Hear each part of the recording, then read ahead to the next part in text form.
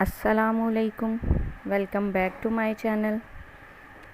आज आपके साथ मैं शेयर करूंगी चपली कबाब की रेसिपी। इसके लिए लिया है मैंने बीफ का कीमा। गोश्त को अच्छी तरह धोने के बाद खुश्क कर लें। उसके बाद कीमा करवाएं। ये मशीन से 2 दफ़ा निकला हुआ कीमा है। कीमे में पानी बिल्कुल नहीं होना चाहिए। इसमें जाएंगे 3 अदद मीडियम साइज़ के प्याज चॉप किए हुए। प्याज का भी सिर्फ हम बुरादा इस्तेमाल करेंगे। पानी को अच्छी तरह निचोड़ लेंगे।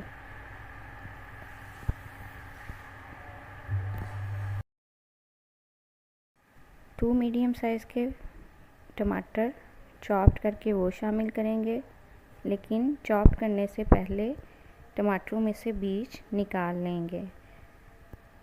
2 टेबलस्पून के पास हरी मिर्चें शामिल करेंगे, चॉप्ड करके शामिल करनी है। आप चाहें तो बारीक काट लें। 2 टेबलस्पून खुश्क धनिया पाउडर शामिल करेंगे। 2 टेबलस्पून ही इसमें सुरख लाल मिर्च पाउडर जाएगा और 2 टेबलस्पून अजवाइन का पाउडर शामिल करेंगे। 2 टेबलस्पून ज़ीरा पाउडर शामिल करेंगे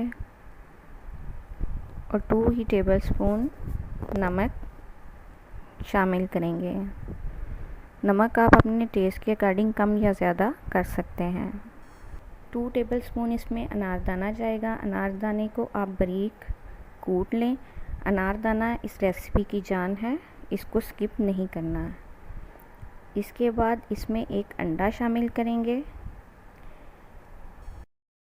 अब हम इसे अच्छी तरह मिक्स कर लेंगे। जैसे आटा गूंदते हैं इस तरह गूंदना है, ताकि हर चीज़ यकजान हो जाए।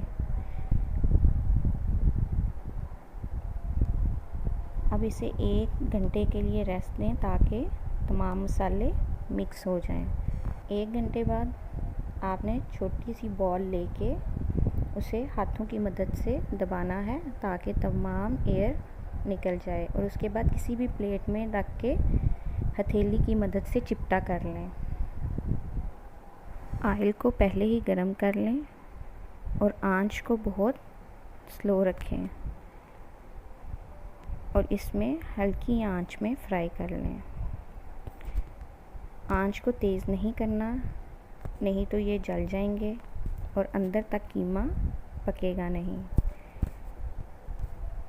ऐसे ही चिपटे से कबाब बना के डालते जाएं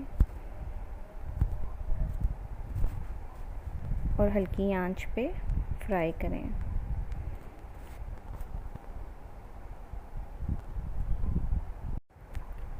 जब एक साइड पक जाए तो आराम से इसकी साइड बदलें और इसी तरह हल्की आंच पे फ्राई करते जाएं।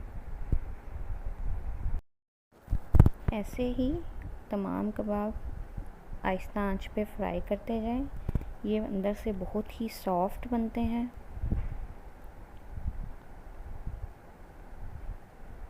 फ्राई करने के बाद मैं आपको इसकी फ़ाइनल लुक दिखाती हूँ। अगर आपको मेरी वीडियोस अच्छी लगें तो मेरे चैनल को सब्सक्राइब करें और मेरी वीडियोस को लाइक करें।